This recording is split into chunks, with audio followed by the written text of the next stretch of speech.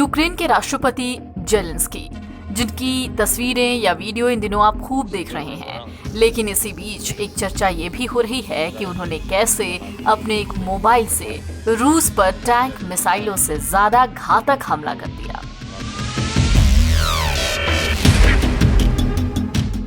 भारत में लोगों को ये कहते आपने जरूर सुना होगा कि समंदर की बड़ी मछली छोटी को निगल जाती है। रूस और यूक्रेन की बात करें तो कुछ हद तक यूक्रेन उस छोटी मछली की ही तरह है। शायद यही वजह है कि रूस ने बेफिक्र होकर इस तरीके से हमला करने के बारे में सोचा।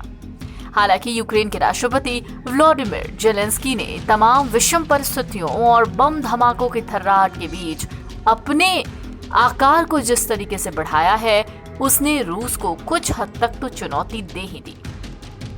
यूक्रेन के राष्ट्रपति जेलेंस्की के पास विकल्प बहुत सीमित थे, लेकिन उन्होंने हथियार नहीं डाले, जिसके बाद से सोशल मीडिया पर उनकी खूब तारीफ होने लगी।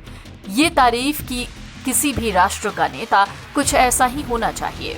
जेलेंस्की एक तरफ सोशल मीडिया के जरिए अपने देश के लोगों का हौसला बढ़ा रहे हैं, तो दूसरी तरफ उनका फोन लगातार बिजी है। चौतरफा दुश्मन से घिरी राजधानी के भीतर बैठकर उन्होंने धड़ाधड़ फोन घुमाए और इसी का नतीजा था कि रूस के खिलाफ प्रतिबंधों की झड़ी लग गई। जेलेंस्की पश्चिमी देशों के नेताओं को राजी करने में कामयाब रहे और रूस के खिलाफ पिछले 4 दिनों के भीतर कई तरह के प्रतिबंध लगाए जा चुके हैं। गार्डियन की रिपोर्ट कहती है कि यूरोपीय जनता की राय अपने लोगों की बहादुरी को लेकर कैसी है, ये महसूस करते हुए प्रेसिडेंट जेलेंस्की लगातार पश्चिमी नेताओं से फोन करके टच में हैं।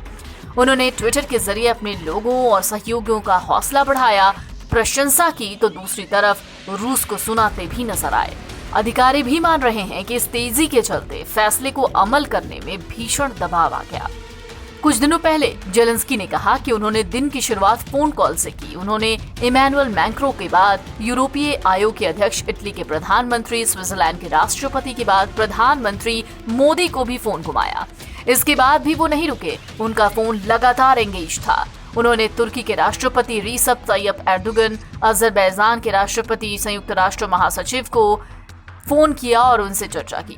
इतने पर भी उनकी लिस्ट में कई नाम बाकी थे। उन्होंने अगले ही कुछ मिनटों में जर्मन के चांसलर, पोप, चेक प्राइम मिनिस्टर, पॉलिश पीएम और आखिर में ब्रिटिश प्रधानमंत्री के साथ भी वर्चुअल चैटिंग की। जेलेंस्की के एक्शन पर नजर रखने वाले एक शख्स का कहना है कि जेलेंस्की बहुत स्पष्टवादी हैं, बहुत दृढ़ हैं, बहुत व्यवहारिक हैं, लेकिन जिस तरीके से उन्होंने फोन पर बात की, उसने जेलेंस्की की स्थिति मजबूत कर दी और हालात को पलटने में मददगार साबित हुआ। एक अधिकारी ने यह भी कहा कि रूस की ताकतवर सेना के आगे यूक्रेन कुछ भी नहीं है और उसकी मिलिट्री ज्यादा दिनों तक नहीं टिक सकती। ऐसे में जेलेंस्की का फोकस है सीधे तौर पर पुतिन को आर्थिक और राजनीतिक लिहाज से चोट पहुंचाने का, क्योंकि उनको पता है कि वो जंग के मैदान में पुतिन को हरा नहीं सकते। एनबीटी ऑनलाइन की रिपोर्ट।